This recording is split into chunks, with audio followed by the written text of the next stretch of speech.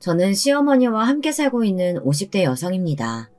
제게는 아들이 둘이 있는데요. 둘 다 타지에 있는 사관학교에 다니는 중이라 집에는 시어머니와 저 둘뿐이죠. 시어머니라고 하면 한없이 어려운 존재잖아요. 물론 제 이야기를 듣고 계시는 분들 중 몇몇 분들에게는 끔찍한 존재일 수도 있겠고요. 하지만 제게 있어 시어머니는 남편과의 마지막 약속이자 20년 동안 의지할 수 있었던 유일한 어른이기도 하답니다. 시어머니께서 아시면 나이 50 넘어 무슨 징그러운 소리냐고 혀를 차시겠지만 진심 저는 그렇게 생각하거든요. 남편은 정말이지 성실함을 사람으로 만들어둔 그런 존재였어요. 정비공이었던 남편은 항상 버스 첫 차를 타고 출근을 했었죠. 가장 먼저 출근해서 기계들 이상 없는지 살펴보는 것이 자기의 할 일이라고 새벽 4시 30분만 되면 벌떡 일어나 출근 준비를 했습니다. 하루도 빼놓지 않고 말이에요. 거기다 가족들은 또 얼마나 챙기는지, 특히 시어머니께 하는 것을 보면 곁에서 보는 사람들이 혀를 내두를 정도였답니다. 물론 남편에게도 형제들은 있었어요. 남편에게는 2명의 형과 여동생이 있었습니다. 하지만 여동생을 제외한 다른 형제들하고는 사이가 좋은 편이 아니더라고요. 솔직히 말하자면 그냥 다른 형제들이 남편을 무시하고 있었죠. 처음에 그 모습을 봤을 때 너무 화가 나서 다 엎어버리고 싶었어요. 그렇다고 제가 화를 내면 뭐하겠어요. 남편은 아무런 반응이 없는걸요. 하지만 얼마 지나지 않아 왜 남편이 그런 반응을 보였는지 알 수 있었답니다. 남편이 시부모님과는 피 한 방울 섞이지 않는 타인이었기 때문이었죠. 아주 어린 나이에 입양이 되었다고 하더라고요.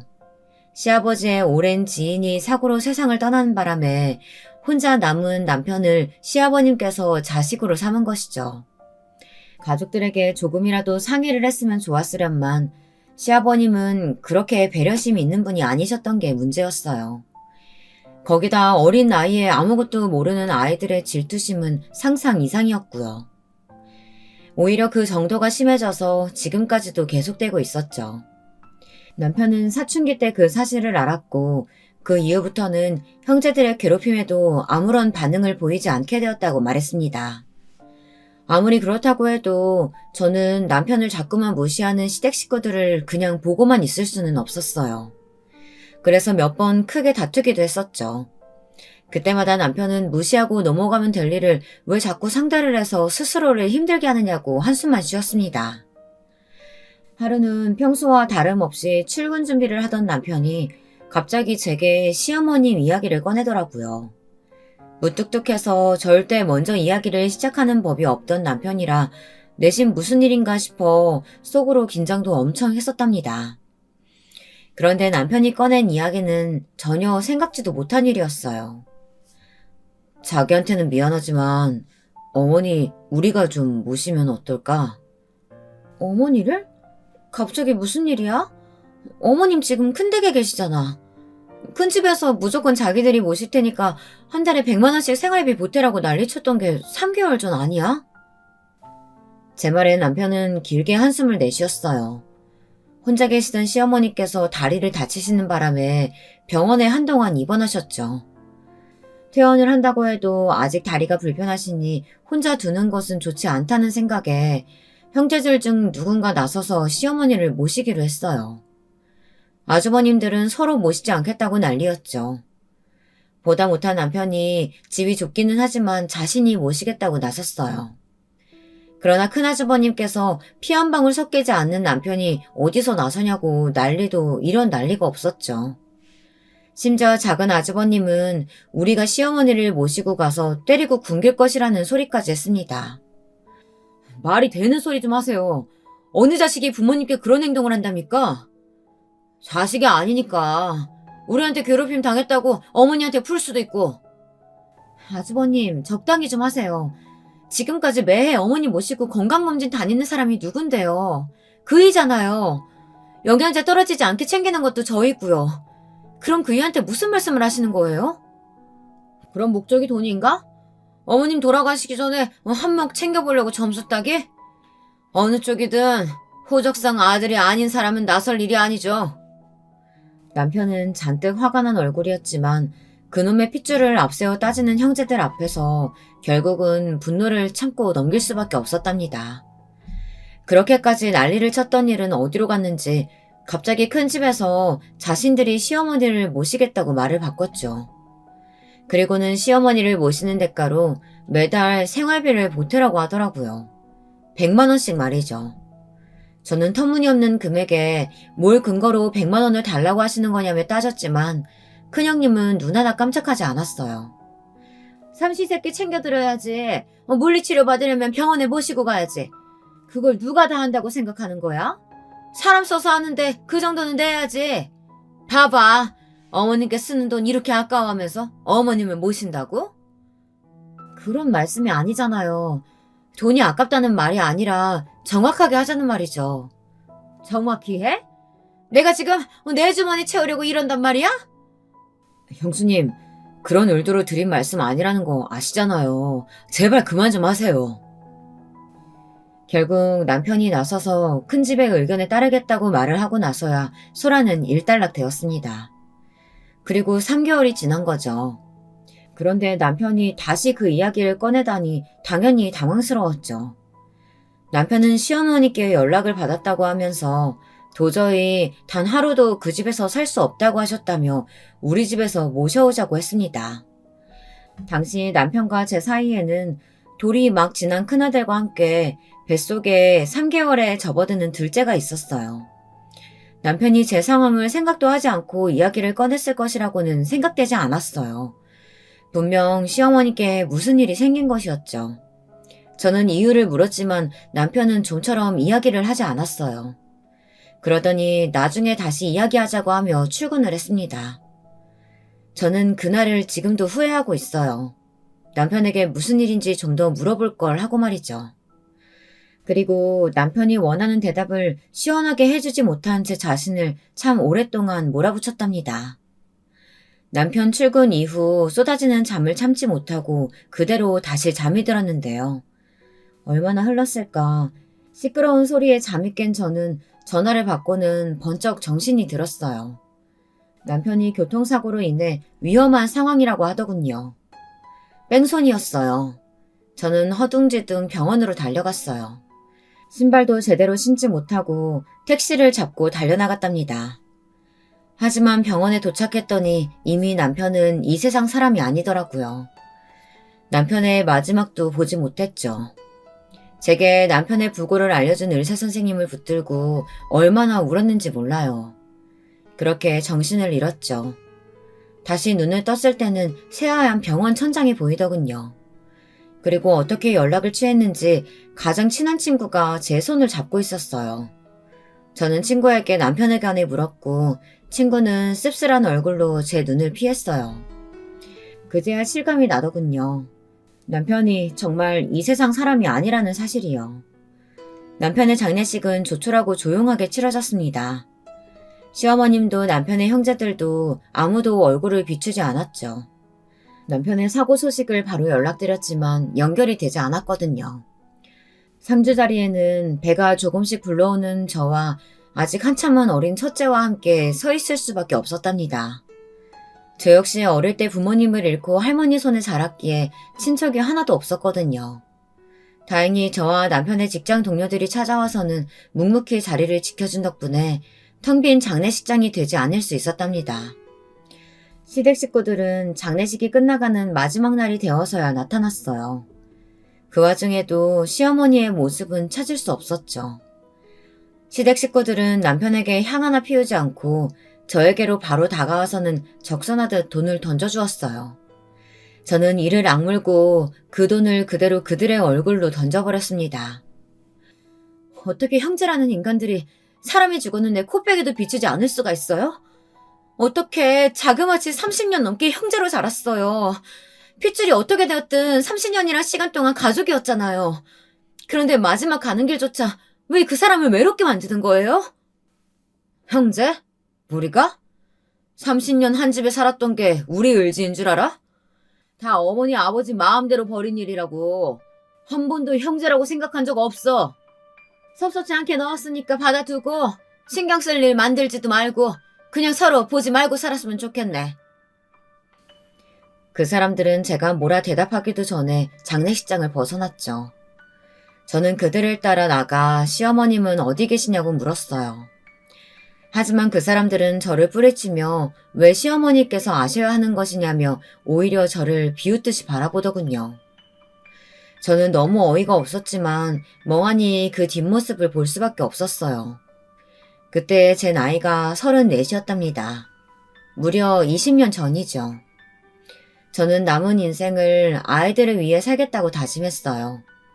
그래서 나중에 남편이 있는 곳으로 간다면 우리 아이들 남부럽지 않게 올바르게 잘 키워냈다고 말해주겠다고 맹세했습니다.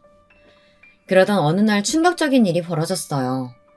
남편의 장례를 치른 지 한 달 정도 지났나 저는 다니던 회사에 사표를 내고 친구네 가게에 취직해 재택근무를 하고 있었어요. 어린이집에서 큰애를 데려오는 길에 못 보던 차가 집 앞에 있더군요. 이 동네에는 전혀 어울리지 않는 그런 차라 신기하게 바라보았죠. 차를 지나 아파트 입구로 들어서는데 갑자기 저를 부르는 소리가 들렸어요. 저는 깜짝 놀라 뒤를 돌아봤죠. 차에서 시어머니와 아가씨가 모습을 드러내더군요. 아가씨는 작년 결혼해 일본으로 건너가 살고 있었거든요. 남편을 유일하게 가족으로 오빠로 대해준 사람이 아가씨였어요. 그래서 아가씨 결혼날에 남편이 엄청 기뻐하며 해외로 가야 한다는 사실에 많이 속상해했죠. 시어머니께서는 걷는 것이 약간 불편해 보이기도 했어요. 꽤나 야인 모습이었습니다. 어머님, 어떻게 여기까지 오셨어요? 아가씨는요? 언제 한국으로 들어왔어요? 연락을 늦게 받았어요. 오빠들이 엊그제 이야기해줘서 부랴부랴 한국으로 들어왔어요. 오빠 일 혼자 겪게 해서 너무 미안해요. 아니에요. 저도 정신이 없어서 연락을 드릴 생각을 못했어요. 이렇게 와줘서 정말 고마워요. 어머님, 그동안 잘 지내셨어요? 천벌 받을 새끼들. 어떻게 내 자식이를 그렇게 꽁꽁 숨겨두고 내가 알았더라면 우리 아들 가는 길도 못 보고 내가. 시어머니께서는 금방이라도 쓰러지실 것 같이 휘청거리셨어요. 저와 아가씨는 급하게 시어머니를 부축해 집으로 들어왔죠. 시어머니께서는 큰애를 무릎에 앉혀두시고는 연신 머리를 쓰다듬어 주시면서 어릴 때 시아버님 품에 안겨 집으로 들어오던 남편과 똑 닮았다고 하셨어요. 저는 금방이라도 눈물이 터질 것 같았지만 꾹꾹 눌러 참았죠. 한참을 남편에 대한 추억으로 이야기를 나눴어요. 그러다 저는 시어머님께 거취 문제로 남편과 이야기를 한 적이 있으시냐고 물었습니다. 남편과의 마지막 대화였던 그날의 이야기를 말씀드렸죠. 시어머님께서는 금방 눈물을 뚝뚝 흘리셨어요. 그 집에서는 더 이상 견딜 수가 없어서 그냥 본가로 돌아가겠다고 했더니 큰애랑 며느리가 펄쩍펄쩍 뛰더라. 아직 치료받아야 하는데 어딜 가느냐고 말이지. 그리고 그날 밤에 자기들끼리 이야기 나누는 거 들어보니 그것들이 날 모시고 산다는 이유만으로 다른 애들한테 100만 원씩 받아내고 있었다는 것도 알았고 전문 간병인을 붙여주기는커녕 병원 갈 때마다 내가 사람 불러서 움직여야 했었어. 근데 그 많은 돈을 이것들이 자기 주머니에 넣을 생각을 하니 속에서 천불이 나는 것 같더라고. 저도 그 이야기 듣고 믿을 수가 없어서 아는 지인한테 알아봤더니 진짜더라고요. 너무 어이가 없기도 하고 큰 소리 그렇게 쳤으면서 엄마를 방치하고 있었다는 것이 너무 화가 나서 따질 생각으로 전화를 걸었어요. 근데 대뜸 막내 오빠가 이제 더 이상 이 세상 사람이 아니라고 하잖아요. 그래서 바로 들어왔죠. 그럼 그이 그렇게 되었다는 사실조차 듣지 못하셨어요? 미안하다. 매일같이 전화하던 막내가 소식이 뚝 끊겨서 걱정은 됐었는데 바빠서 그렇다는 말을 고지고대로 그냥 믿어버렸어. 아휴, 미안하다 내 새끼. 마지막을 그렇게 보내다니. 제 손을 잡고는 연신 미안하다고 말씀하시는 시어머니를 보니 장례식장에서의 일이 떠올라 마음이 다시 아팠지만 애써 괜찮다고 대답했어요. 시어머니께서는 앞으로 어떻게 할 생각이느냐고 도와줄 일은 없느냐고 물어보셨지만 저는 아무것도 필요 없다고 단박에 거절했어요. 시어머니께서는 경제적으로든 무엇이든 다 도와줄 수 있다고 원하는 것을 이야기하라고 했었지만 저는 아무것도 바라는 것이 없었습니다. 시어머니께서는 섭섭한 얼굴을 하시고는 자리에서 일어나셨죠. 아가씨의 부축을 받으며 움직이시는 시어머니 모습을 보자 문득 남편과의 마지막 대화가 떠오르더군요.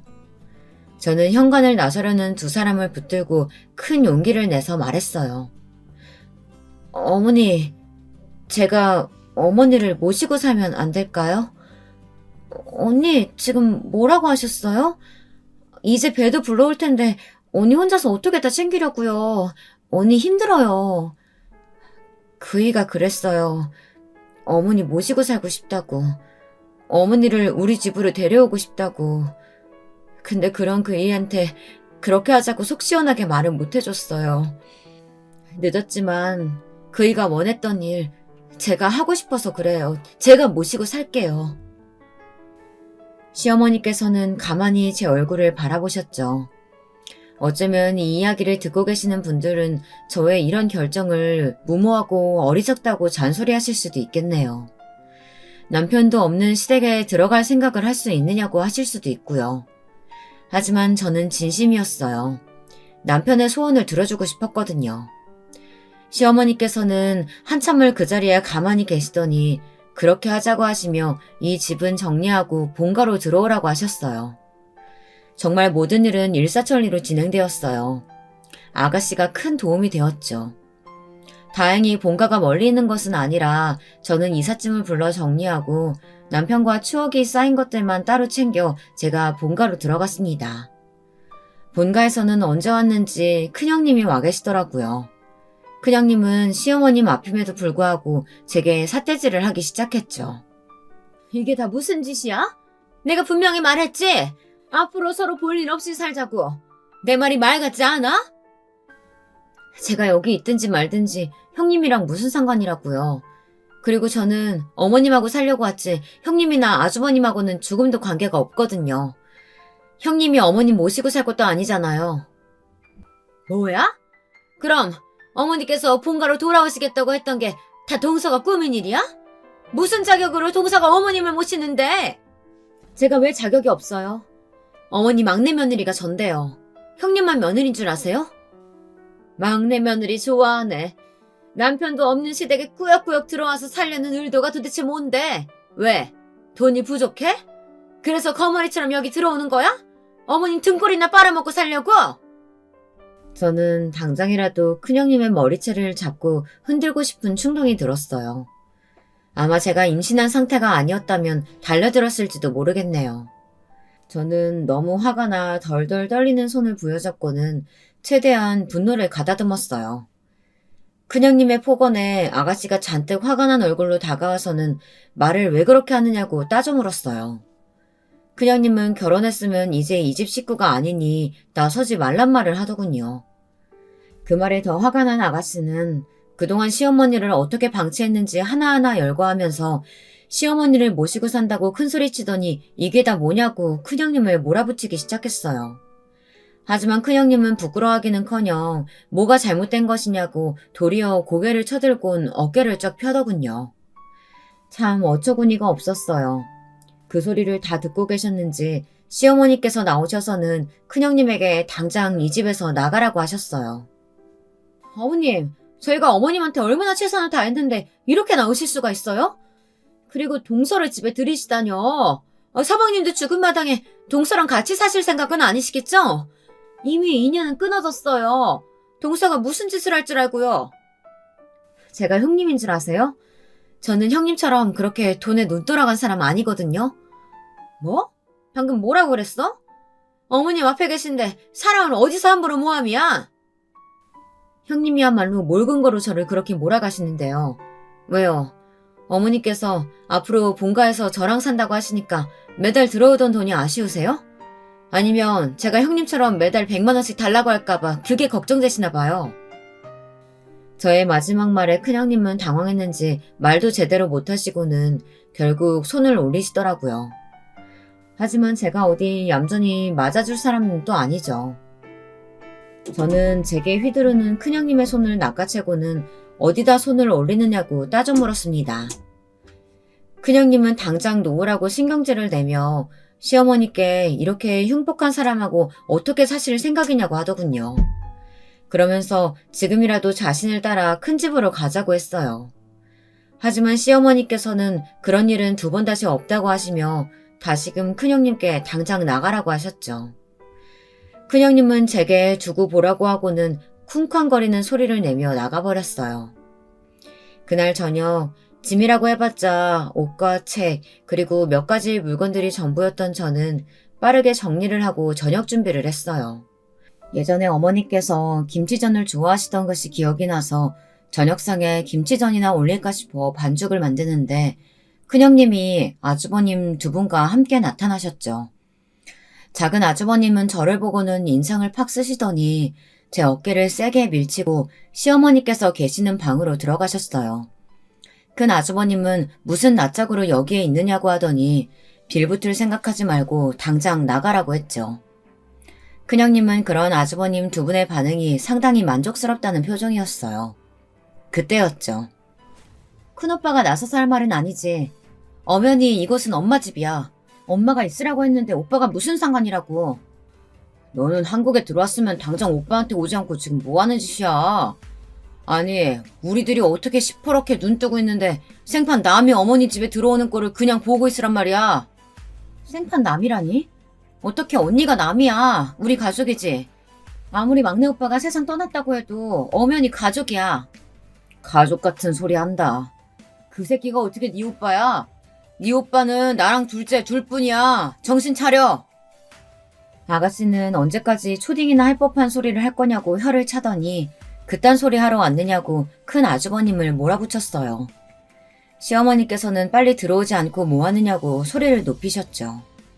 저는 아가씨와 함께 급하게 안방으로 들어갔어요. 맨 뒷자리에 앉는데 작은 아주버님께서 가족들끼리 이야기하는 자리에 왜 아무나 들어오느냐고 저를 똑바로 보면서 말했어요. 저는 그 시선을 마주하면서 전혀 거리낄 게 없다는 표정을 지어 보였죠. 시어머니께서는 말을 가려하라고 따끔하게 한마디 하시고는 앞으로 저와 함께 이곳에서 살 예정이라고 하셨어요. 그러니 두 번 다시 저를 함부로 대할 생각은 하지 말라고 말이죠.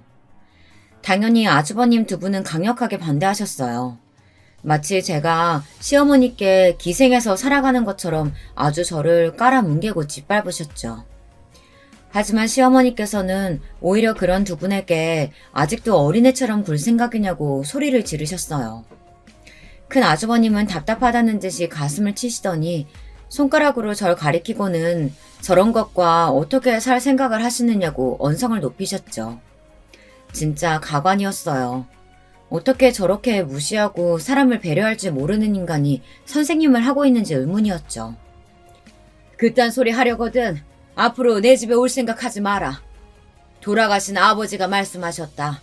늘 형제들끼리 서로 돕고 이해하려고 노력하면서 살라고. 그런데 너희는 한 번도 막내를 가족으로 대하지 않았지. 내가 그때 엄하게 가르치지 못하고 너희도 충분히 혼란스러울 테니 받아들일 때까지 기다린 것이 이렇게 후회가 될 줄은 몰랐다. 세상에, 어떻게 너희는 끝까지 이 모양이니? 분명 어머니 나중에 후회하실 거예요.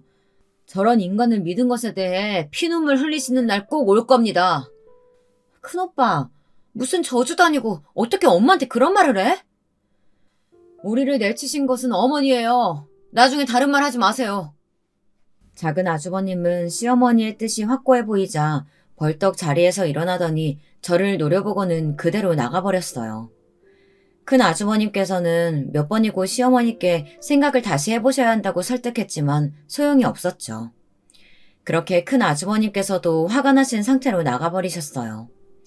큰형님께서는 미련이 뚝뚝 흘리는 얼굴로 시어머니께 끝까지 이렇게 나올 생각이냐고 물어보더군요. 그리고는 길게 한숨을 내쉬며 자리에서 일어났어요. 저는 그런 형님을 붙들었죠. 앞으로 제가 어머님 모시게 됐으니까 큰형님께서 이전에 하셨던 것처럼 매달 제게 돈을 보내주세요. 100만 원. 작은 아주머님께도 말씀드려주시고요. 그 돈으로 어머님 삼시세끼는 물론 병원비에 차비까지 순전히 어머님 위해서만 사용할 테니까요. 뭐? 100만 원? 미쳤어? 내가 왜 동서한테 매달 100만 원을 줘야 하는데? 왜냐뇨. 형님께서 하셨던 것처럼 하는 것뿐이잖아요. 뭐가 잘못됐나요? 제 말에 큰형님은 무식한 것들하고는 상종도 하면 안 된다고 하고는 서둘러 나가버렸죠. 사람들이 다 나가고 나서야 저는 방긋 웃으며 시어머니와 아가씨를 바라보았죠. 반찬으로 김치전을 준비했다고 말했더니 아가씨께서 크게 웃으시더라고요. 시어머니께서도 고개를 절레절레 흔드셨죠. 그것이 끝일 줄 알았는데 한동안은 몇 번이고 아주버님들과 큰형님이 집으로 찾아왔어요. 그때마다 저를 내보내야 한다고 이야기하더니 급기야 자기들끼리 들어와서 살겠다고 하더라고요. 하지만 시어머니께서는 고집스럽게 고개를 저으셨어요. 얼마간의 시간이 흐르자 더 이상 아주버님도 큰형님도 나타나지 않았습니다. 엄연히 이야기하면 아예 발길을 뚝 끊어버렸죠. 명절 때가 와도 한 번도 전화한 적이 없었어요. 정말이지 저는 이런 게 무슨 가족이냐는 생각이 들 뿐이었어요. 그렇게 몇 년의 시간이 흘렀습니다. 저는 아이들을 어머님께 맡겨두고 본격적으로 일에 뛰어들었어요. 친구 가게에서 어깨너머로 배운 것들이 도움이 되었는지 집에서 시작한 쇼핑몰이 조금씩 자리를 잡기 시작했어요. 아이들을 재우고 나면 이것저것 만들어 쇼핑몰에 올리기도 했죠. 시어머니께서는 이왕 이렇게 된 거 차라리 작은 가게를 가지는 것이 어떠느냐고 하셨어요. 저는 절대 못한다고 사양했지만 시어머니께서는 오히려 제 수완이 좋아 충분히 잘할 수 있을 거라고 저를 격려해 주셨죠. 저는 시어머니의 든든한 지원을 받으며 작은 가게를 시작했어요. 물론 위기도 있었지만 지금은 그때 가게의 2배는 될 만한 매장까지 키웠답니다. 남편과 사별하고 물론 저에게도 새로운 만남들이 있었어요. 하지만 누구를 만나도 남편과 자꾸 비교하게 되더라고요. 그렇게 해서는 안 된다는 사실을 머리로는 알았지만 쉽지 않았죠. 시어머니께서는 저를 시집 보내실 생각이신지 중매를 서시겠다고 하시기도 하셨어요. 네 나이 아직 한창인데 새 가정 꾸릴 생각도 해야지. 언제까지 추억만 붙들고 살래? 어머님, 제가 귀찮으세요? 왜 자꾸 절 시집 보내지 못해 안달이세요? 저는 어머님이랑 우리 2 아이들만 있으면 되는데. 네가 부족한 게 뭐가 있다고 혼자 그러고 있어. 좋은 사람 만나서 재혼도 하고 그래야지. 싫어요. 저는 영원히 어머니 곁에 딱 달라붙어 살 거예요. 시어머니께서는 자신을 껴안고 매달리는 제 손을 소리나게 찰싹 때리시고는 귀찮다고 저리 가라고 하셨어요. 하지만 얼굴에는 미소가 가득하셨죠. 제가 시어머니를 따르는 만큼 시어머니께서도 저를 딸처럼 아껴주셨거든요. 그렇게 꽤 많은 시간이 흘렀습니다. 시간이 약이라는 말이 맞는지 언제부터인가 명절이 되면 큰 아주버님과 작은 아주버님께 연락이 오더라고요. 큰형님도 잠시 왔다 가고요. 제가 가게에 있는 동안 다녀가셨는데 큰형님이 왔다 가시면 시어머니께서 상당히 불쾌한 표정을 지으셨어요. 무슨 일이 있느냐고 물었지만 시어머니께서는 그냥 몹쓸 이야기를 들었다고만 하셨죠. 그 일이 무엇인지 너무 궁금했지만 저는 그냥 알겠다고 하고는 넘어갔어요. 하지만 며칠 뒤 큰 아주버님께서 퇴근길에 잠깐 들리신 것인지 저녁 시간에 집에 오셨는데요. 제 쪽으로는 시선도 주지 않고는 다짜고짜 시어머니께 어떻게 그러실 수 있냐고 화를 내더라고요. 저는 갑자기 찾아와서 무슨 짓인가 싶어 한마디 하려는데 시어머니께서 막으셨어요. 내가 뭘 어떻게 했다고 그럴 수 있냐는 말이 나오니? 아니, 애들 유학자금 좀 보태달라고 부탁드렸는데 어떻게 그렇게 매몰차게 거절하실 수가 있으세요? 우리 집 장손이에요. 장손 공부한다고 미국 가는데 모른 척하고 가실 생각이세요? 공부? 공부하러 미국 가는 거냐? 사고치고 도망치는 거냐? 내가 집에만 있으니 듣는 기가 없는 줄 알아? 어디서 사람을 반 죽여놓고는 도망칠 생각을 해? 잘못했다고 가서 빌어야지. 그건 오해였어요. 장난이 좀 심해진 것뿐인데 상대방이 오해해가지고. 오해건 장난이건 사람이 크게 다쳤어. 병원에서 장애가 남을지도 모른다고 하는데 아비가 돼가지고는 도망을 치게 만들어? 당장 멱살 잡고 가서 그 가족들 앞에 납작 엎드려 사과할 생각은 해야지. 부끄러운 줄도 모르고. 시어머니께서 카랑카랑한 목소리로 조목조목 짚어가며 말씀하시자 큰 아주버님께서는 벌겋게 달아오른 얼굴로 당장 미국으로 보내야 하니 도와달라는 말을 반복했어요. 하지만 시어머니께서는 단호하게 단 한 푼도 도와줄 수 없다고 말했죠. 오히려 당장 사과하러 가지 않으면 시어머니께서 직접 나서시겠다는 말씀도 하셨어요. 큰 아주머님께서는 장손에게 어떻게 이럴 수가 있냐며 시어머니께 실망했다고 하고는 나가버렸습니다. 거실에는 쿵쾅거리는 소리와 함께 무언가 깨지는 소리도 들렸죠. 저는 깜짝 놀라 허둥거리며 따라 나갔다가 너무 놀라서 한 걸음도 움직일 수 없었어요. 거실에 놓인 화분이며 꽃병들이 여러 곳에 나뒹굴고 있더라고요. 저는 어떻게 인간이 저렇게 화풀이를 할 생각을 할 수 있는지 조금도 이해가 되지 않았어요. 그저 길게 한숨만 내쉬곤 주섬주섬 치우기 시작했죠. 시어머니께서도 나와보시고는 혀를 차시며 언제 철이 들지 모르겠다고 하셨어요. 그 뒤로도 몇 번이나 큰 아주머님과 작은 아주머님은 시어머니를 찾아왔어요. 방문 목적은 열이면 열, 다 돈 때문이었죠. 새로운 사업을 하겠다고 돈을 달라고 말하던 작은 아주머님의 얼굴은 아직도 생생하게 기억날 정도랍니다. 시어머니께서는 도대체 자신을 뭐로 알고 있기에 이렇게 당당하게 찾아와 돈을 요구하느냐고 아주버님들을 모아두고 잔소리를 하셨지만 두 분은 오히려 어머니가 어떻게 자식을 나 몰라라 할 수 있느냐고 더 큰 소리로 화를 냈답니다. 보다 못한 제가 나서 한마디 거들기라도 하면 저 아주버님은 펄쩍펄쩍 뛰며 어디서 참견이냐고 소리를 질렀죠. 뭘 한다고 함부로 끼어들어. 가족 문제니까 입 다물어. 매번 이렇게 오셔서 돈을 달라고 요구하시는데 제가 옆에서 보기 너무 화가 나서요. 도대체 어머니를 작은 아주머님은 뭐라고 생각하시는지 모르겠네요. 본인이 사업하실 생각이시면 대출을 받든 뭐라든 스스로 하실 생각을 하셔야죠. 왜 어머니께 손을 벌리시는데요? 그러는 재수씨는 어디 떳떳해요? 지금 하고 있는 가게 우리 엄마가 해준 거잖아. 내가 처음부터 뭐라 그랬어. 순진한 어머니 등쳐먹을 요량으로 들어온 거라고 그렇게 말씀드렸는데. 아휴. 제 가게가 왜요? 제 가게 처음 낼 때 어머니께서 조금 도와주신 건 맞지만 저는 매달 매출이 어땠는지 어머니께 하나부터 열까지 다 보고 드리는데요. 제 가게라곤 하지만 어머니 가게죠. 저는 바지 사장이나 다름없으니까요. 그리고 제가 어머니께 돈을 달라고 말한 적은 없거든요. 누구랑은 다르게. 제 말이 전곡을 찌른 듯 아주버님들은 헛기침을 하면서 외부인은 빠지라고 말하며 시어머니를 설득하려고 했죠. 하지만 시어머니께서는 끝까지 아무것도 하지 않겠다고 기대하지 말란 말로 두 사람을 내쫓으셨어요. 그런 일이 몇 번이나 반복되자 더 이상 집에 찾아오는 일은 없었답니다. 물론 그와 동시에 명절 때 걸려오던 전화도 딱 끊겼고요. 시간은 바람처럼 흘러 시어머니를 모시고 산 지도 20년째 되던 해였어요. 이제는 아이들도 고등학교를 졸업하고 대학 진학을 앞두고 있었죠. 아이들은 군인이 되고 싶다고 하더니만 사관학교에 원서를 넣더라고요.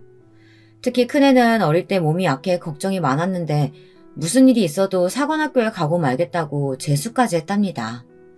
주변에서 아들 둘을 다 군인으로 만들 생각이냐고 말려야 하는 것 아니냐고 했지만 저도 시어머니께서도 전혀 그런 생각을 하지 않았어요.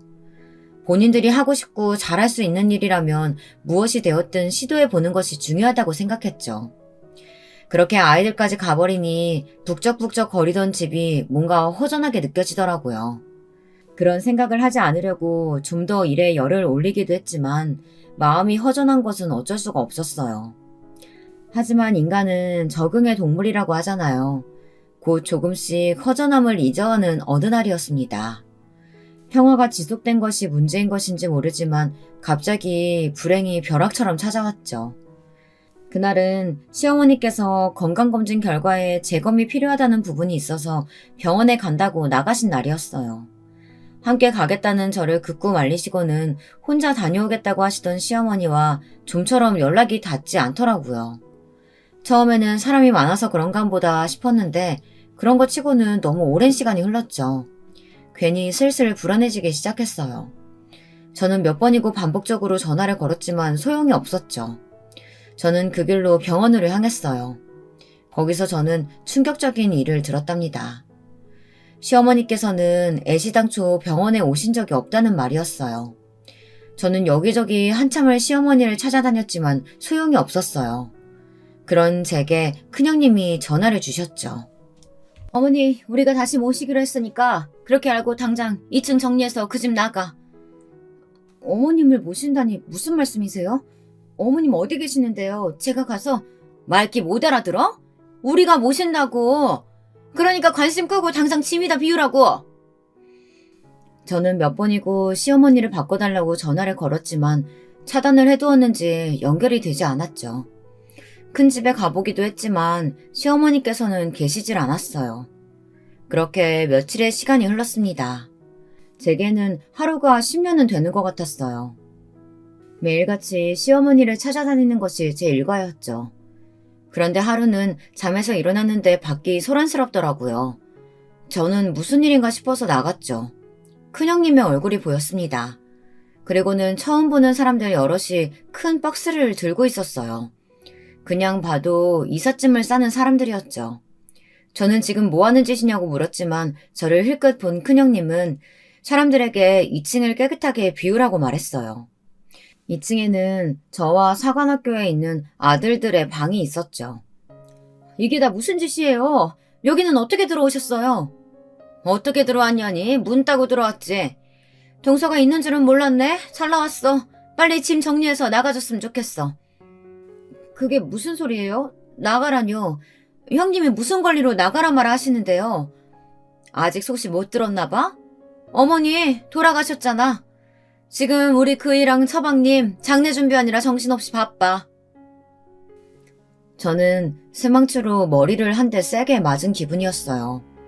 어머니께서 돌아가시다뇨.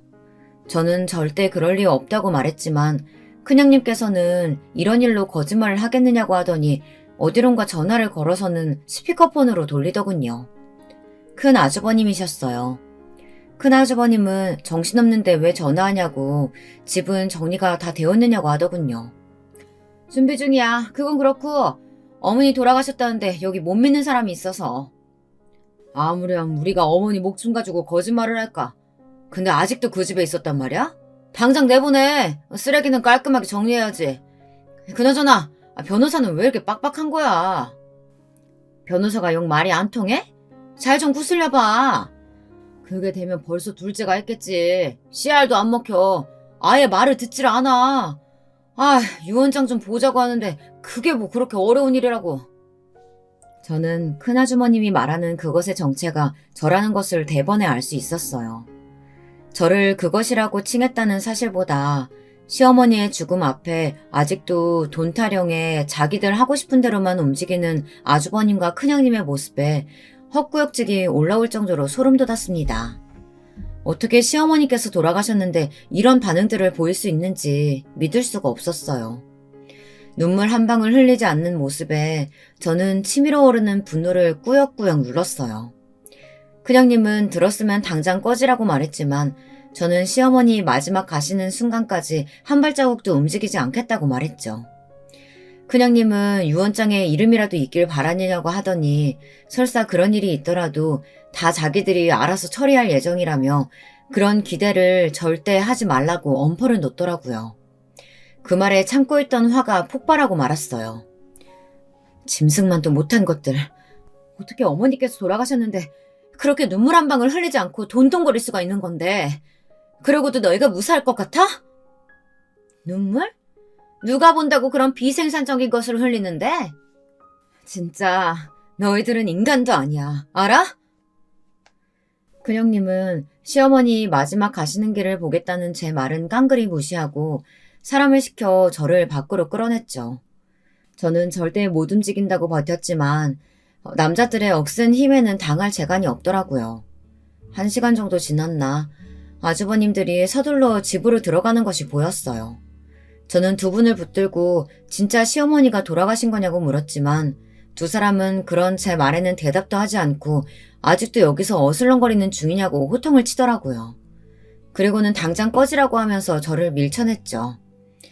바닥으로 내동댕이 쳐지면서도 저는 믿기지 않은 현실에 시어머니가 돌아가신 것이 맞느냐고 물었어요. 결국 작은 아주버님은 시어머니께서 돌아가시지 않았는데 어떻게 자신들이 여기 오겠냐고 하고는 제발 가족 일에 나서지 말고 좀 나가라고 하더군요. 2번 다시 보지 말자고 말이죠. 시어머니가 정말 돌아가셨다는 소리에 한동안 멍하게 길거리에 앉아있던 저는 박스를 하나 둘 들고 오는 사람들을 보고는 불이 나게 집 안으로 들어갔어요. 아주버님들과 큰형님은 무언가를 찾는지 집안을 구석구석 뒤지고 있더군요. 저를 제일 먼저 발견한 것은 작은 아주버님이었어요.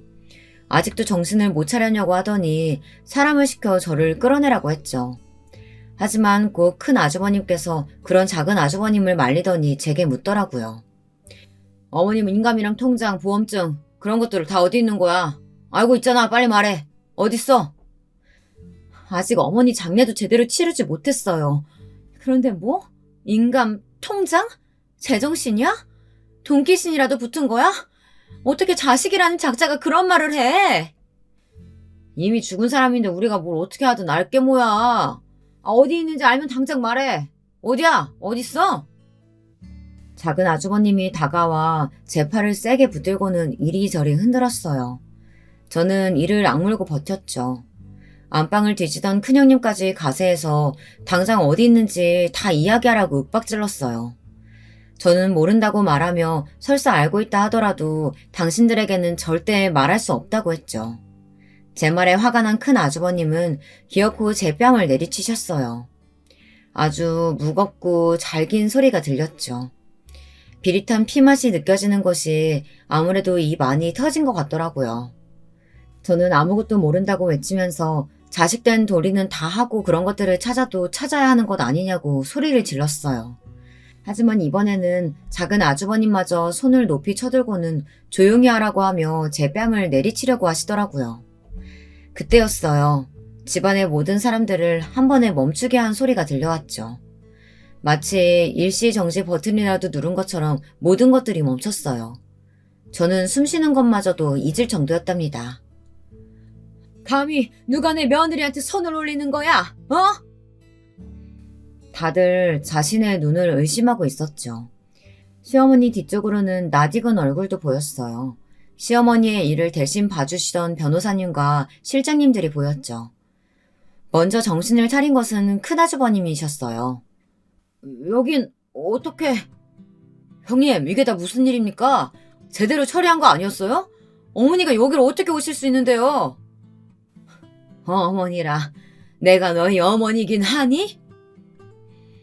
아주버님의 아우성이 단숨에 잦아들었어요. 서로 눈을 마주하고는 시어머니의 눈치를 보고 있었죠. 그런 모습에 시어머니께서는 길게 한숨을 내쉬고는 저에게 손을 내밀어 주셨어요. 저는 홀린 듯이 시어머니 곁으로 다가갔죠. 시어머니의 손을 맞잡고 나서야 환상이 아니라는 것을 알 수 있었습니다. 내가 손 놓고 그냥 당할 줄 알았어? 너희들이 내 뒤에서 무슨 짓 저지르고 있는지 모를 줄 알았더냐? 그래도 자식이라고 믿고 싶었던 내가 등신이지. 어머님, 그게 아니고요. 그러니까요. 그 주둥이 잡아서 비틀어버리기 전에 닥쳐. 너희들 말은 뭐가 되었든 듣고 싶지 않다. 시어머니의 카랑카랑한 목소리가 집에 울리면서 아주버님들과 큰형님의 얼굴은 점점 하얗게 질려가고 있었어요. 시어머니께서는 제 손을 토닥이며 아무것도 걱정할 것 없다고 하시면서 퉁퉁 부어있는 제 눈가를 만져주시며 앞으로 내게 자식은 아가씨와 저뿐이라고 말씀하셨어요. 큰 아주버님께서는 버럭 그게 무슨 소리냐고 하셨지만 시어머니께서는 뒤에 계시는 실장님에게 고갯짓을 하실 뿐이었죠. 실장님께서는 무슨 서류처를 열어보시더니 또랑또랑한 목소리로 이야기를 시작하셨어요. 처음에는 이게 무슨 소리인가 했는데 뒤로 갈수록 기함을 토할 일들이 가득하더군요. 시아버님의 연줄로 사립학교에 들어간 큰 아주버님께서 학부모에게 돈을 받아 수행평가 성적을 날조했더라고요. 그 돈으로 불법 도박을 일삼고 있었고요. 도박이 사람을 미치게 하잖아요. 당연히 집안을 거덜내고 있었죠. 거기다 명품에 환장한 큰형님은 씀씀이를 견디다 못해 결국에는 회산돈에 손을 대기 시작했어요. 그런데 지금은 감당 불가할 규모까지 이르렀다고 하더군요.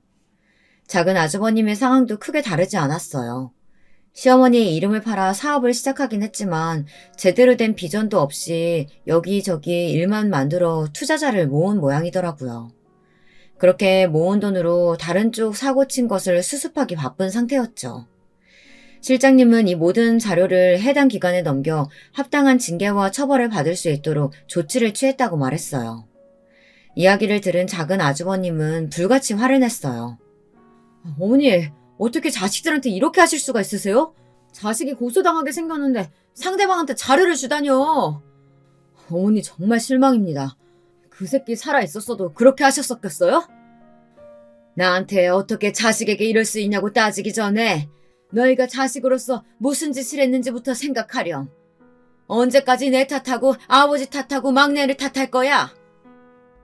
아주버님과 큰형님은 뭐라고 소리를 지르며 화를 내더니 나중에는 살려달라고 빌기 시작했죠.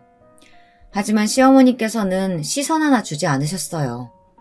그리고는 모든 것을 다 스스로가 만든 업보라고 하시면서 당장 집에서 나가라고 말씀하셨어요. 물론 순순히 알겠다고 하고 나갈 사람들은 아니었죠. 실장님이 곧 사람들을 데리고 와선 세 사람을 밖으로 끌어냈어요. 안방은 정말이지 전쟁터가 따로 없었어요. 한동안 그 모습을 바라보던 시어머니께서는 두 눈을 질끈 감으셨죠. 입꼬리가 파르르 떨리는 모습에서 시어머니께서 얼마나 속이 상하셨는지 고스란히 느껴지더라고요. 저는 시어머니의 손을 강하게 잡았어요. 아무리 몹쓸 자식들이라곤 하지만 그래도 자식인데 그 속이 어디 멀쩡하겠습니까? 저는 아무런 말도 하지 않았어요. 그저 시어머니의 손을 두 손으로 꼭 쥐고 있을 뿐이었죠. 한참을 그렇게 서 있던 시어머니께서는 약간 잠긴 목소리로 제게 미안하다는 말씀을 하셨어요.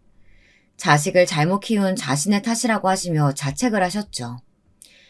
사춘기 애도 아니고 이제 50 넘은 자식이에요. 어머님의 탓이 아니에요. 제 말에 시어머니께서는 고개를 끄덕이시며 피곤하니 자리에 좀 누워야겠다고 하셨어요. 그 모습에 저는 조용히 나왔답니다. 그 이후로는 별다른 일은 없었어요. 실장님이 말씀해 주셨던 것처럼 아주버님은 학교에서 잘렸고 작은 아주버님은 사기죄로 고소당해 지금은 조사 중에 있고요. 큰형님은 횡령죄가 성립되어 재판을 기다리는 중이랍니다. 시어머니께서는 그 모든 일들을 보고받으시면서 얼굴색 하나 바뀌지 않고 고개만 끄덕이셨어요. 하지만 실장님이 나가고 나면 한동안 침대에 등을 보이고 누워 계셨어요. 저는 아무런 말도 하지 않고 조용히 안방 문을 닫아드렸답니다. 시어머니의 한없이 작은 등을 보고 있으면 그렇게 남편이 생각났어요. 남편이 살아있었더라면 시어머니께 어떻게 해드렸을까 하면서 말이죠. 다정하게 안아줬을까? 아니면 가서 손이라도 잡아드렸을까? 20년이나 지났음에도 남편을 생각하니 심장 한쪽이 찌릿하게 아파오네요. 아마 앞으로도 저는 이렇게 시어머니와 함께 때로는 남편을 떠올리며 남은 인생을 보내지 않을까 싶습니다. 제 사연을 끝까지 들어주셔서 너무 감사합니다. 안녕하세요. 저는 50대에 성인이 된 자식들을 두고 있는 주부입니다. 저는 가난한 바닷가 마을에서 자랐는데요. 어머니는 남의 집 일을 하셨고 아버지는 바닷가 근처 식당에서 일을 하셨어요. 저희 때야 뭐 잘 사는 사람들이 많지 않았기 때문에 서로서로 못 사는 형편을 돕고 살았고 그래서인지 저희 집이 크게 가난하다는 건 느끼지 못했습니다. 그리고 제가 집안의 막내였기 때문에 저는 받는 혜택들도 있었어요. 제 위로는 오빠가 둘이 있었는데 보통 다른 집 같으면 장남이다 차남이다 해서 남자들을 챙겨주곤 했는데 이상하게 저희 집은 반대였습니다. 해녀이신 할머니도 그러셨고 저희 아빠도 엄마에게 딸을 낳으라며 사내 자식은 징그럽단 말씀을 하시곤 했다네요. 아이고, 이번엔 딸이었으면 좋겠네. 이쁜 딸이었으면 바랄 게 없겠어. 2명이나 사내 자식이니 이 마지막은 딸이겠지? 아이고 여보, 그게 내 뜻대로 되나요? 하늘이 점지해 주시는 거지. 그래서인지 제가 태어났을 때 아빠는 무척이나 기뻐하셨다고 합니다. 오빠들과는 나이 차이가 좀 있어서 오빠들이 제 기저귀를 갈아주기도 했다는데 당연히 저는 기억이 나지 않지만 아마도 그렇게 집안의 사랑을 독차지하며 자랐기에 가난해도 행복했던 어린 시절을 보냈던 것 같아요. 특히 저희 작은 오빠가 저를 너무 이뻐해서 친구들에게 놀림까지 당했다고 하는데요. 아빠는 그런 작은 오빠에게 동생을 돌보는 건 전혀 부끄러운 일이 아니라며 앞으로 우리 점숙이는 니들이 책임지는 거다라고 말하셨답니다. 오빠들은 그런 아빠의 특명을 어기지 않고 저를 잘 보살펴 주었고요. 특히나 불의의 사고로 어머니가 돌아가시면서 오빠들의 마음속엔 어떤 책임감이 생긴 건지 저를 더 애틋하게 생각하곤 했습니다. 오빠들과 제가 어느 정도 크고 나서부턴 아빠의 식당 일을 돕기도 했는데요. 아빠는 귀한 딸 손 다친다며 해산물을 손질하지 못하게 했지만 제가 손님들에게 말을 잘 붙이고 하니 음식을 나르게 되었죠. 그리고 저는 어느 순간부터 해마다 전국 각지에서 오는 관광객들을 보며 가끔씩 동경에 빠지게 되었어요. 언제부터였는진 기억이 나지 않지만 특히 제가 그중 가장 동경하던 곳은 서울이었습니다. 오빠, 서울은 어떤 곳일까? 막 자동차도 많고 공장도 많고 그러나? 나도 모르지. 안 가봤으니. 왜? 너 서울 가고 싶어? 응, 궁금하잖아. 오빠는 안 궁금해? 저는 뭐든 맛보고 경험해보고 싶고 하고 싶은 게 많은 아이였습니다. 그러다 보니 얼른 중학교만 졸업하고선 서울로 올라가 자유롭게 살아보고 싶었죠. 허나 절대 성인이 되기 전까지는 혼자 사는 건 안 된다며 극구 반대하시는 바람에 그 꿈은 미뤄졌고 그 전까진 아빠 식당에서 일을 해야만 했어요. 가족끼리 있는 시간은 나름대로 즐겁고 행복했지만 저는 새로운 세상을 구경하고 싶은 욕심에 매일 밤마다 서울을 그리며 잠에 들었습니다. 하지만 제가 만만히 봤던 거지요. 어렵게 올라가게 된 서울에 도착하자마자 고난길이 펼쳐졌으니까요. 아빠가 주신 돈을 가지고 월세방을 하나 구하긴 했지만 그 다음이 문제였습니다. 먹고 살아가기 위해선 일을 해야 했는데 아빠 식당 말고는 일을 해본 적이 없어서 그런지 뽑아주는 곳이 없었습니다. 그래서 그때부턴 두렵고 떨리는 마음으로 일자리를 알아보러 다녔던 것 같아요. 아줌마, 저 일 좀 시켜주시면 안 될까요? 사장님, 저 일 잘할 수 있는데 한 번만요. 줄인 배를 잡고 계속해서 이런 말들을 주워 섬기며 일자리를 알아보았는데 서울에 올라온 현실이 문득 너무 서글프기까지 했습니다. 그러던 어느 날 사람이 정말 죽으라는 법은 없는지 절 안쓰러이 여기던 옆집 아주머니께서 공장에 다리를 놔주신 거였어요. 아주머니는 공장의 작업반장에게로 절 데려가셨고 그때부터 저는 가방 공장에서 일을 하게 되었습니다. 하루 종일 갇혀 계속 일만 하는 삶, 제 세대의 여러분들이라면 그런 경험을 해보셨겠죠? 그러면 다들 아실 겁니다. 얼마나 그 삶이 고달프고 퍽퍽하고 눈물이 나도록 서러운 것인지를. 밝고 쾌활했던 어린 소녀는 어느새 사라져가고 그저 하루살이처럼 일만 하다 기숙사 방에 눕는 순간 쓰러져 자는 그런 일상이 제 삶의 전부였죠. 거기다 공장 작업반장은 얼마나 못살게 구는지 조금이라도 쉬고 있으면 일 안 할 거냐며 제 손을 꼬집기도 했습니다. 또 제 외모를 트집잡아 너같이 못생긴 애들은 공장 일이라도 잘해야 시집 가는 거다라며 흉을 보기도 했어요. 지금이라면 상상도 못할 일들이 참 많이 일어난 시대였습니다. 그때마다 아버지에게 연락이라도 하고 싶었지만 괜히 걱정 끼칠까 싶어 그저 마음속에서 아버지와 오빠 얼굴을 그리며 어떻게든 버텨야지 하는 생각만 했죠. 대신 저에겐 영숙이 언니가 있었어요. 영숙 언니는 저보다 3살이 많은 언니인데 워낙 일찍 공장에 들어온 터라 공장 일이 익숙한 사람이었어요.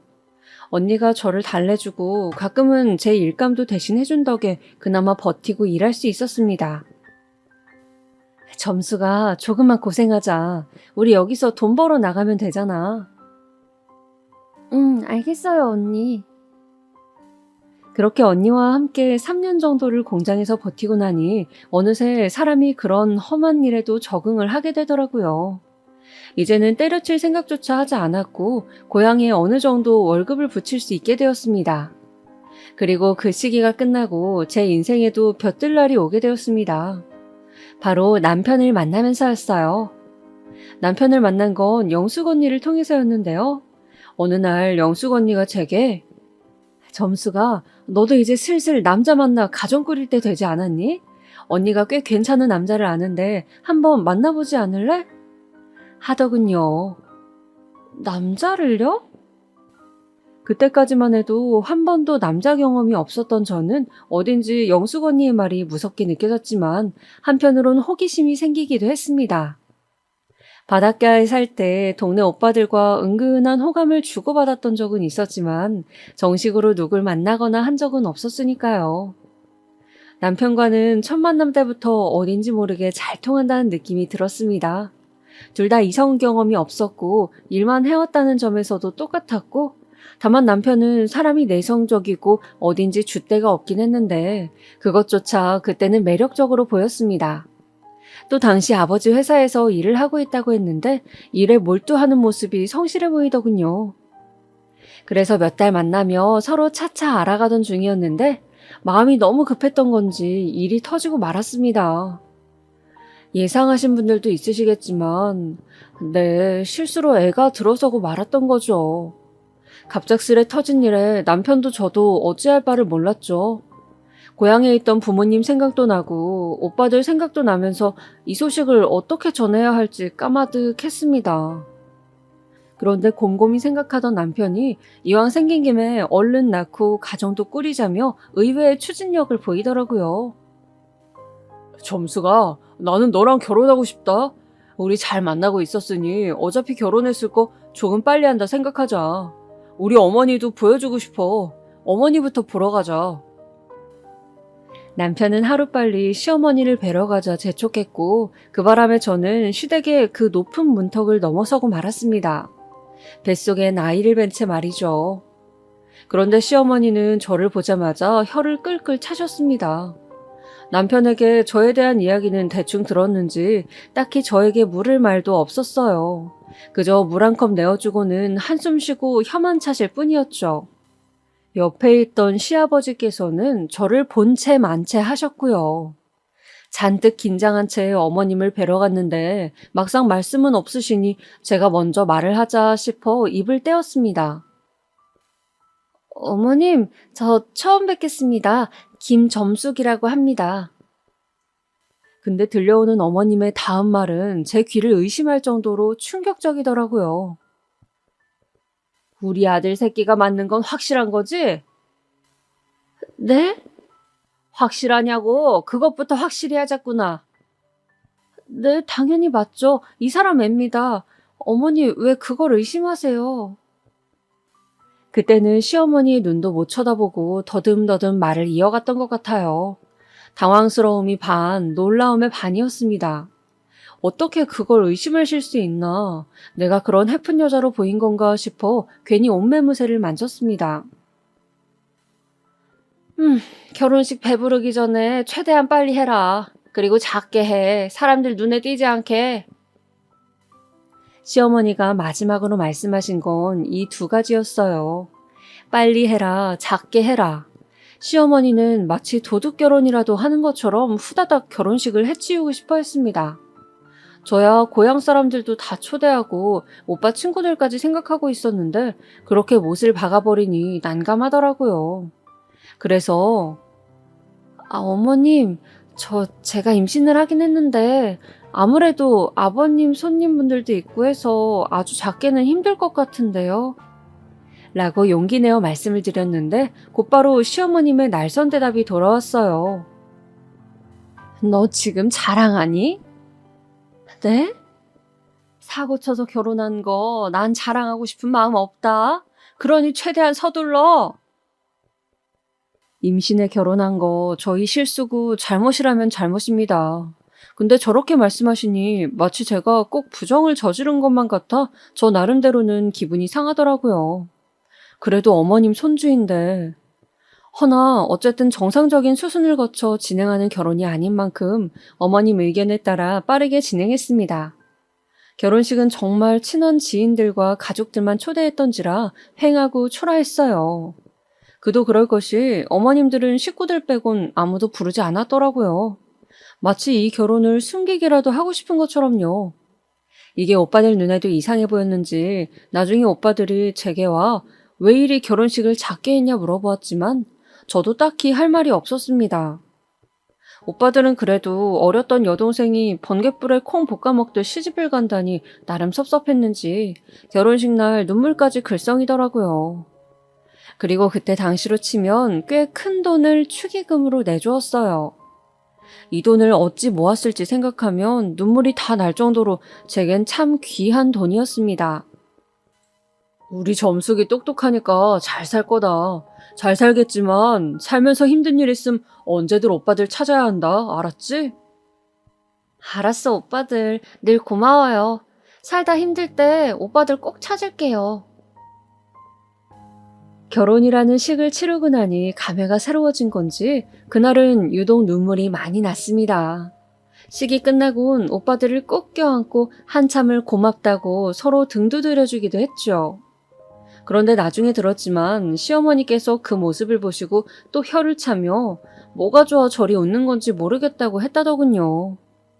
시어머니의 구박은 그때부터 시작되었습니다. 먼저 시어머니는 갑자기 아이가 생겼으니 바로 분가하기보단 같이 살다가 분가하시길 원했는데요. 근데 그걸 제가 반대했어요. 시댁살이가 두렵기도 했지만 그보다도 어차피 아이 생기면 제가 보살피고 돌보고 할 일이 많을 텐데 시댁에 그 짐을 드리기도 싫었고 저희 부부 둘이서 헤쳐나가고 싶었거든요. 시어머니는 그걸 꼬투리 잡아 거세게 반대를 하기 시작하셨고요. 아니, 그럼 니들이 무슨 수로 돈을 모으겠다는 거야? 같이 살기라도 해야 절약이 되지. 니네 둘이 나서서 펑펑 써제끼면 애는 어쩌려고 그러냐? 애 생각은 안 하냐? 그건 네 시애미 말이 맞다. 나가 살면 다 돈이야. 니들은 세상 물정은 몰라. 어머님, 아버님, 그게 아니고요. 저희도 저희 나름대로의 계획이 있어요. 작은 집에서 시작하는 거지만 아껴 쓸 자신도 있고요. 절약하며 잘 살 테니 한 번만 지켜봐 주세요. 뭘 잘한다고 살아보지도 않았으면서. 시어머니는 못마땅한 듯 혀를 차셨지만 결국 저에게 한 발 양보해 주셨습니다. 덕분에 저희는 따로 분가하여 단칸방에서 신혼살림을 시작하게 되었죠. 연애만 해봤지 처음 해보는 결혼 생활은 낯설기도 하고 새롭기도 했습니다. 남편 속옷 빨래를 해주고 가끔은 남편이 절 대신해서 밥을 차려놓고 남편은 가부장적인 집안에서 자란 것 같은데 희한하게 살림에 여자 남자가 없더라고요. 저희 때만 해도 집안 살림은 여자가 해야 한다는 인식이 강했는데 남편은 아유, 그런 게 어딨어. 시간 남는 사람이 하는 거지 뭐.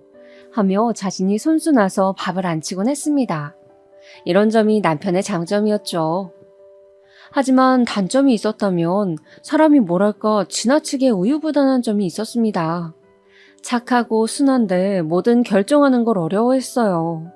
그리고 너무 착하게 보이는 나머지 다른 사람들에게 이용당하기도 좋았고요. 저는 그런 점을 우려해 남편에게 항상 말하곤 했어요. 여보, 나는 당신이 선한 것도 좋고 다른 사람 배려하는 것도 좋은데 그래도 가끔은 자기 의견도 말해야 해요. 안 그럼 회사에서 무시당할 수 있으니까. 하지만 그러면 남편은 허허실실 웃으며 그럴 리 없어 걱정 마라고 말하곤 했지만 어쩐지 불길한 예감이 들었습니다. 아무쪼록 그렇게 10달을 품어 소중한 아이를 출산하고 저는 제대로 된 산후조리를 하지 않은 채 바로 육아전선에 뛰어들었어요. 아이를 먹이고 재우는 것만 해도 시간이 없었기에 너무 힘들었지만 남편은 당시 시아버지의 호출로 길게 출장을 가는 바람에 저를 도울 수가 없었습니다. 남편이라도 있었다면 육아가 좀 쉬웠을 텐데 매일 밤 아기를 껴안고 자면서도 남편이 그리워 가끔은 눈물도 흘리곤 했습니다. 그러던 어느 날 남편이 출장에서 돌아와 육아를 도와줄 수 있을 무렵 이제 좀 마음이 편해지겠다 싶었는데 시어머니가 들이닥치더군요. 시어머니는 반찬을 갖다 준다는 명목으로 들어오시곤 했는데 항상 제가 옷차림을 제대로 하고 있지 않을 때 들어오셔서 민망할 때가 많았습니다. 너 남편 밥은 제대로 해주는 거니? 네, 어머님, 그럼요. 요즘 이이가 멸치볶음을 좋아해서 많이 먹이고 있어요. 예, 골고루 해라, 골고루. 한 가지 반찬만 하지 말고. 그럼요. 이래봬도 저 요리 잘해요, 어머님. 아, 근데 여기까진 어쩐 일이세요? 어머님 오실 줄 알았으면 뭐라도 사놨을 텐데. 됐다. 집에서 먹고 왔으니 좀 함께 여기 치워보거라. 집이 이렇게 좁아서야 원. 그러게 내 말 들었으면 오죽 좋아. 나가서 이게 웬 생고생인지. 궁시렁거리는 시어머니의 말은 애써 흘리며 자리를 만들어드렸어요. 시어머니와 몇 날 며칠 부대껴보니 시어머니는 맞서려 하지 않으면 그냥 화를 냈다가도 혼자 사귀시는 성격이시더라고요. 그래서 화는 났지만 그냥 못 들은 척 흘리는 게 상책이었습니다. 그리고 어찌됐건 아이의 할머니이기도 했으니 그에 맞는 대우를 해드려야 한다고 생각했어요. 그런데 시어머니는 살림으로만 잔소리를 하시는 게 아니고 언젠가부터 아이 성별로도 유난스럽게 굴더라고요. 처음에 애 태어났을 땐 별말 하지 않으시더니 저희 딸아이가 크고 나자 얼른 아들을 낳아야 한다. 그래야 우리 집안 대를 잇지 하고 보채시는 겁니다. 다른 건 몰라도 딸아이란 이유 하나로 자꾸 그러시니 저도 속이 상했어요. 어머님, 아시다시피 아직 저희 첫째 이제 1살인데요. 터울 있게 낳고 싶어요. 그리고 아직 저희 경제적인 사정도 넉넉지 않고요. 그래서 내가 말하지 않았니? 돈은 모을 수 있을 때 모으는 거라고. 네가 내 말만 들었어도 이 꼴이 났니? 계집애가 뭐야, 계집애가? 너 이러다 둘째도 딸이면 어쩌려 그래? 셋째까지 낳아보려고? 어머님, 아이 들어요. 저희 아이 딸아이라도 소중해요. 어머님은 어떻게 생각하실지 모르겠지만요. 그러니 아이 앞에선 적어도 그런 말씀하지 말아주세요. 뭐야? 여보, 얘가 지금 나한테 하는 말 들었어요? 기막혀 정말. 어딜 시애미를 가르치려 들어? 그래 너, 그 태도가 뭐냐? 네 집에서 그렇게 교육받았어? 어른한테 따박따박 말대꾸 하라고 그러디? 가끔은 시어머니보단 시아버지가 더 얄밉게 굴 때가 있었는데요. 바로 이런 경우였어요.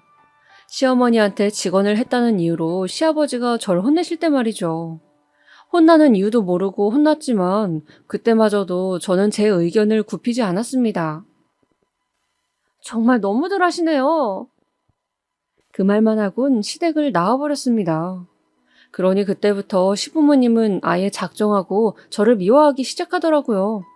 대놓고 망신 주고 무안 주기는 기본이었고 명절날 가면 가사도우미 부리듯 저를 대하곤 했습니다. 과일 깎기 못하면 그것도 못하냐며 트집 잡고 음식해야 한다고 2박 3일 불러다 사람을 못살게 굴고 이런 상황을 중재해 줄 수 있는 건 남편뿐이었습니다. 시댁에서 찬밥 신세를 받는다 해도 남편이 중간 역할만 잘해주면 저도 사람 취급 받으며 살 수 있었어요. 그래서 어느 날 남편 붙잡고 이러저러 하니 너무 힘들다고 토로했더니 거기다 대고 이러더군요. 나보고 그럼 어떡하라는 거야? 부모를 등지기라도 하라고? 그 말이 아니잖아 지금. 당신 왜 이렇게 답답해? 당신이 어머님 아버님한테 말 잘해서. 우리 엄마가 들을 사람이야?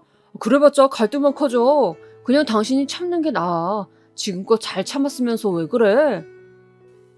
네, 남편은 정말이지 제 고통이라고는 생각도 못해주는 남의 편이더군요. 자기 역시 시아버지의 비위 맞추며 일하느라 힘들어서 밥도 제대로 못 먹고 다닌다는데 그런 자기에게 무리한 부탁을 하지 말라나요? 뭐라나요? 정말이지 어이가 없었습니다. 그럴 거면 아버지 회사를 나오면 되지 그것조차 말하지 못하고 맨날 시아버지 전화 한 통이면 달려가 내내 하는 것도 보기 싫었죠. 사실상 남편의 장점은 부드럽고 다정한 사람이라는 것이었는데 이젠 정이 떨어져 그 장점마저 퇴색된 것 같았습니다. 저희는 부부로서의 정도 뭣도 없이 사는 오직 애가 있다는 이유 하나만으로 살고 있는 부부였습니다. 참 회한이 밀려오더군요. 그래도 한때는 그토록 사랑해서 만났던 남편이었는데 그 와중에 시어머니는 제가 아이 문제에 있어 제멋대로 하려 하자 길을 들이셔야겠다고 생각했는지 저를 집으로 부르는 일이 잦아졌어요. 이유인 즉슨 며느리가 되어서 아픈 시애미 돌보는 걸 개떡으로 알면 안 되니 봉양하라는 거였죠. 아침부터 저녁까지 먹성 좋은 시어머니 입맛에 맞춰 저는 요리를 하고 간식을 만들고 집안일까지 소화해야 했어요. 그러다 아이가 울면 가서 달래주고 또 재워주고요. 애는 내가 돌볼 테니 넌 일이나 해라. 시어머니는 처음에야 이렇게 말씀하셨지. 막상 뒹굴거리시며 잠이나 잘 뿐 저희 애는 안중에도 없으시더라고요. 어쩜 자기 손주이신데도 저리 매정하신지 혀를 찼습니다. 그때 제가 시어머니의 말을 딱히 거부하지 않고 그대로 따라드린 건 사실상 예의였습니다. 얼마 전 허리를 다쳐 아프시다고 앓는 소리도 내시고 하니 거기에다 대고 어머님 혼자 알아서 하세요 라고 말할 수가 없어 해드린 예의였죠. 근데 어머니는 이걸 굴복이라고 받아들이신 건지 저를 아주 막대하시더라고요. 거기다 툭하면 저희 친정을 건드리셔 제 성질을 돋구곤 했어요. 얘 근데 말이다. 너희 집이 어디라고? 저 시골이라 했지? 아니 거긴 어디냐? 차 타고 갈 수 있는 곳이야? 그럼요 어머님. 왜 못 가요? 갈 수 있죠. 참 시골 총구석이라도 그건 되나 보네. 신기하다. 총구석까진 아닌데. 얘 말 대꾸 하지 말고 얼른 감자전이나 부쳐라. 입이 심심하다. 이런 식으로 말입니다. 거기다 제가 어느 날인가 아버지에게 해산물을 가득 받은 적이 있었는데 이걸 가지고는 시비를 거시더군요. 너 이번에 그 아버지가 해산물 보내주셨다며? 그거 왜 안 가져오냐? 네? 아니 너 내가 조개 좋아하는 거 모르니? 조개, 가리비, 굴 이런 거 없어서 못 먹는다 나는. 그러니 그런 거 들어오면 째깍째깍 가져와라. 아낄 생각 말고. 하여튼 이런 걸 꼭 내 입으로 말해야 하지 넌. 아, 네. 싫어요 라는 말이 목구멍까지 올라왔는데 쪼잔한 사람 될까봐 차마 그렇게는 말 못하고 고개만 끄덕였습니다. 하지만 그 이후론 친정에서 그런 걸 받아도 절대 어머님께 알려드리지 않고 남편도 입조심을 시켰죠. 저희 아빠가 저 생각하며 주신 걸 시부모님께 나눠드리고 싶진 않았거든요. 하지만 이놈의 입방정, 남편놈의 입방정이 문제였죠. 명절날 친정에 갔다 오면 남편은 제 말은 쏙 잊어버리고 꽃게를 가져왔다느니 하는 말을 내뱉었고 그러면 시어머니는 저를 노려보며 한 말씀 하셨죠. 시애미 주기가 그리 아까웠니? 이런 망할년 같으니라고? 너 다 먹어라. 아니 그게 아니고 이기적인 것. 솔직히 그럴 땐 저도 민망해 할 말이 없어 고개를 돌리고 서 있곤 했습니다. 시부모님은 그런 제게 대놓고 욕을 퍼부었고요. 참 너무 험난한 시집살이였네요. 시어머니 등살에 구박에 남편의 무관심에 서러움이 한가득인 세월이었습니다. 그런데 그리 살던 어느 날 친정 아버지에게서 연락이 왔어요. 아빠 무슨 일이에요? 아니 다른 게 아니고 딸 얼굴 볼 겸 서울 올라갈까 하는데. 정말? 그럼 나야 좋지. 아빠 언제 와요? 이번 주말이 좋을 것 같아. 그렇게 아버지께선 서울에 올라오셨고 저는 오랜만에 아빠와 화기애애한 시간을 보냈어요. 그야말로 저에게는 참 휴식 같은 시간이었습니다. 이곳저곳 다니며 즐거운 시간을 보냈죠. 근데 가족의 눈은 못 속이는 건지 저에게 많이 야위었다며 시댁에서 고생하고 있냐 묻더라고요. 아니에요. 고생은 무슨. 그런 게 아니면 왜 이렇게 홀쭉해? 뭐든 잘 먹는 애가 밥도 잘 먹지 않고. 아빠의 걱정스런 말이 제 코끝을 순간 시큰하게 만들었습니다.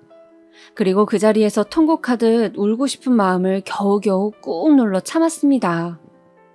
하지만 아빠는 그 자리에선 아무 말 없으시더니 무언가 눈치채셨나 보더군요. 돌아가는 길에 저를 꼭 안아주시며 우리 딸 아빠가 사랑하는 거 알지? 라는 한마디를 하셨어요. 아빠의 사랑한다는 한마디, 그건 제가 그 힘든 세월을 지나올 수 있게 한 동력이나 다름없었습니다. 훗날의 세월 역시 마찬가지고요.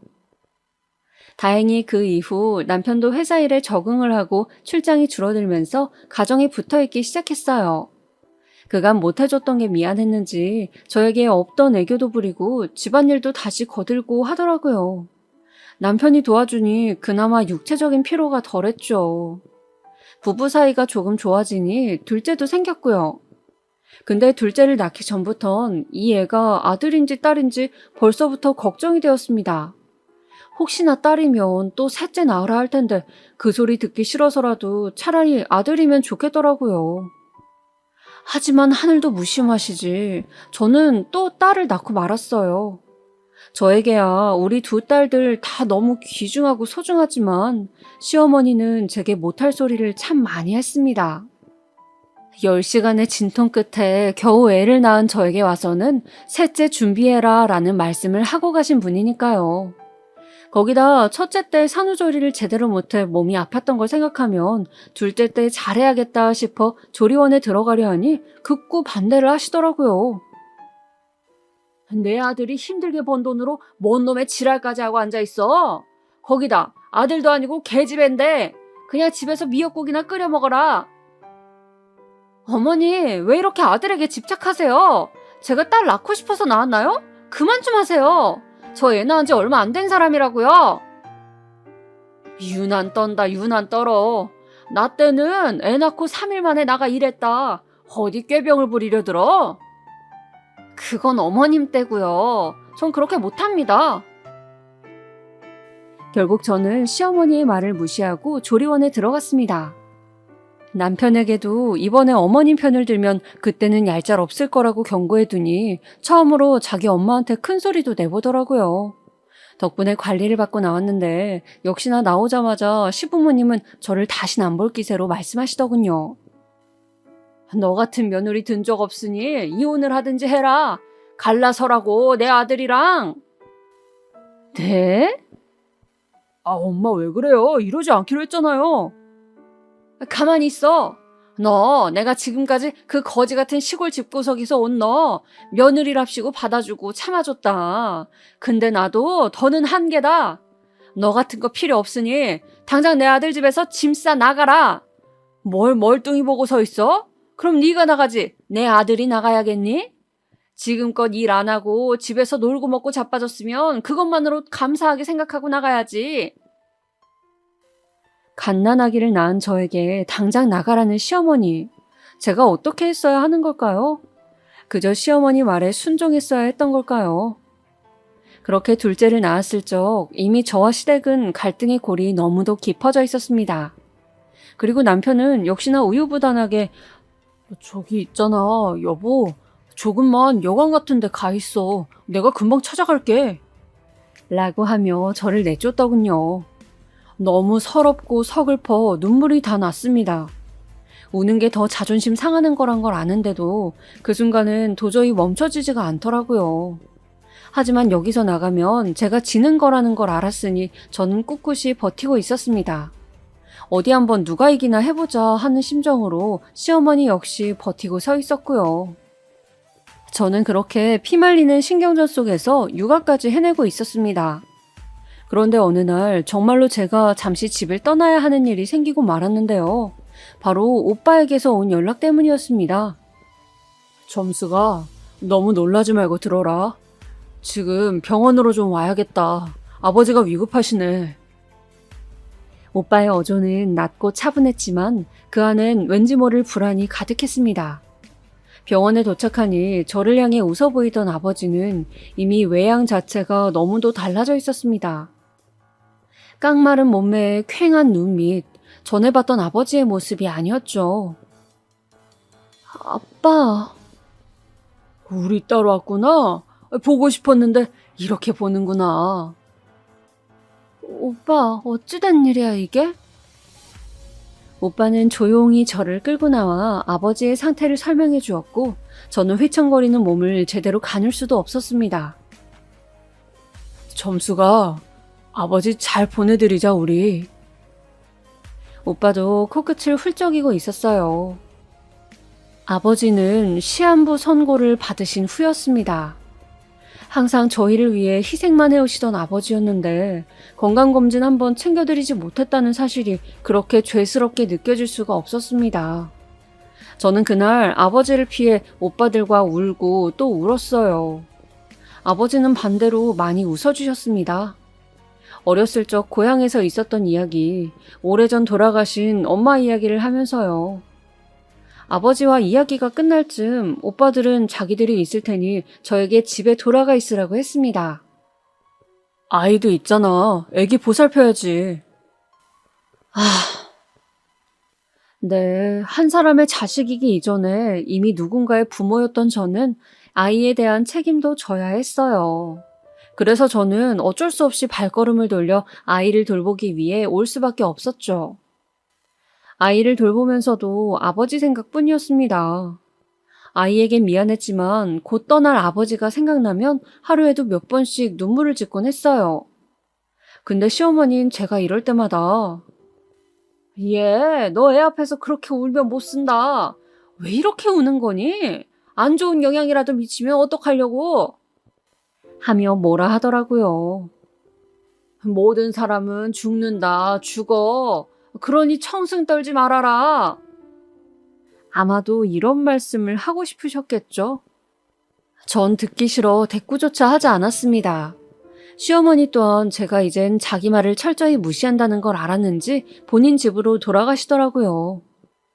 아버지에게는 고비가 여러 번 왔습니다. 오늘 밤을 못 넘길 수도 있다는 것 같다는 말이 들려왔을 땐 새벽에 남편과 함께 애를 업고 찾아가기도 했어요. 하지만 아버지는 너무도 굳건하셨습니다. 아버지, 제발 조금만 더 살아주세요. 힘내주세요.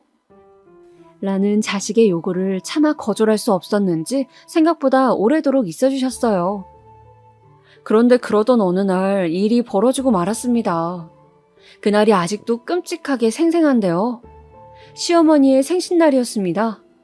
시어머니는 자기 생일이라고 오전부터 무척 들떠 있었습니다. 반면 저는 아버지 걱정과 육아에 지쳐 다소 기운 없이 요리를 하고 있었죠. 그런 제게 누가 보면 내 생일상 아니고 제사상인 줄 알겠다. 얼굴 좀 피고 요리하지 그러니? 하며 통을 주시는 시어머니. 무시하고 불고기, 잡채, 파전 하나하나 만들다 보니 시어머니의 친구들이 오시더라고요. 집안이 금방 시끌시끌 왁자지껄해졌습니다. 그때였어요. 갑자기 전화가 걸려오더라고요. 오빠였어요. 가슴을 부여잡으며 조심스레 받아보니 오빠의 목소리는 슬픔으로 가득해 있었어요. 얼른 와봐야 할 것 같아. 빨리 와. 점수가 빨리.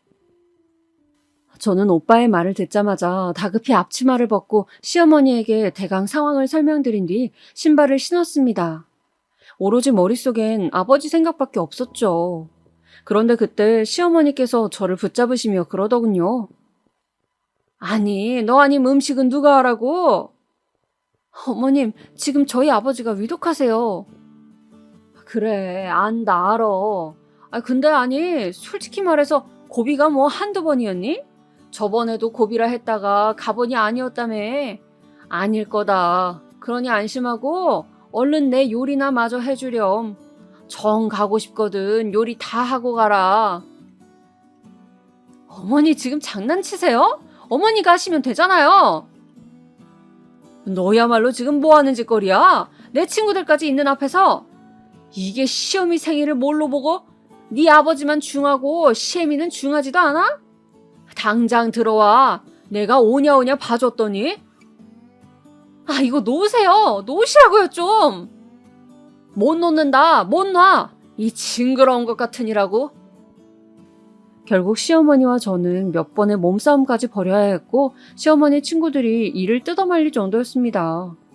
그리고 그 결과 오빠의 연락을 받은 지 30분이나 지체되어 병원에 도착했고 아버지는 이미 세상을 떠나신 뒤였습니다. 아버지... 아버지라는 말이 겨우 입 밖으로 튀어나왔는데 그 순간 고여있던 슬픔이 한꺼번에 터져버려 바닥에 엎드려 엉엉 울고 말았어요. 아버지에게 못내 사랑한다는 말도 하지 못하고 이리 허망하게 떠나보낸 게 그렇게 가슴이 아플 수가 없었습니다.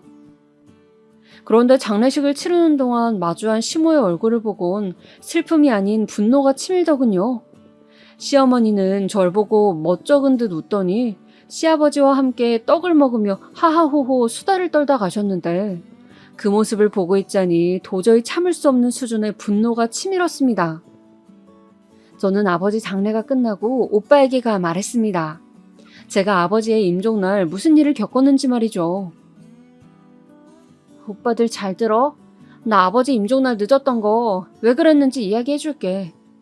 내가 그날 시어머니 생신이라 요리를 하고 있었는데 아버지 위급해서 가야 한다고 하니까 나를 붙잡더라.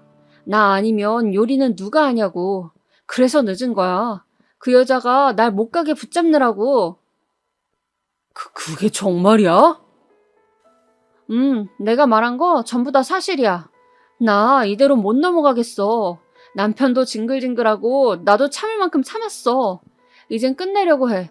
도와줄 수 있어? 아, 이런 개망나니 같은 집구석? 시댁 주소 불러. 어디야? 오빠들은 제 말에 저보다 더 열이 받은 듯 했습니다. 얼굴이 불그락 푸르락 해지더니 당장 시댁 주소 부르라고 하더군요. 오빠들이 무슨 일을 치진 않을까 걱정이 되긴 했지만 일단은 그 길로 시댁으로 쳐들어갔죠. 열쇠가 있어 초인종을 누르지 않고 문을 열었는데 시어머니와 시아버지 둘 다 TV를 크게 틀어놓고 코를 드르렁거리며 잠을 자고 있었습니다. 오빠들은 그 즉시 화장실에 있는 변기물을 바가지로 퍼 그대로 시모와 시부의 얼굴에 쏟아부어 버렸습니다. 아니, 뭐 하는 짓이야? 뭐 하는 짓이긴요. 당신이 내 동생이 아버지 마지막 가는 길 보는 거 방해했다면서요. 우리 아버지가 얼마나 찾으셨는지 아세요? 아니 잠시만요. 우리 말로 합시다. 말로. 얘 며느라가야 말려라. 안 말리고 뭐하니? 저는 잠자코 서 있었어요. 어차피 시댁과 끝난 사이 오히려 이렇게 복수라도 하고 끝내줄 수 있으니 너무 다행이었습니다. 바닷가에서 일하는 오빠들의 험악한 인상과 몸을 보고는 시어머니는 계속 몸을 달달 떨었고 시아버지 역시 안쓰러울 만큼 저에게 도움의 눈길을 보내고 있었어요. 오늘이 당신들 제삿날입니다. 아시겠어요?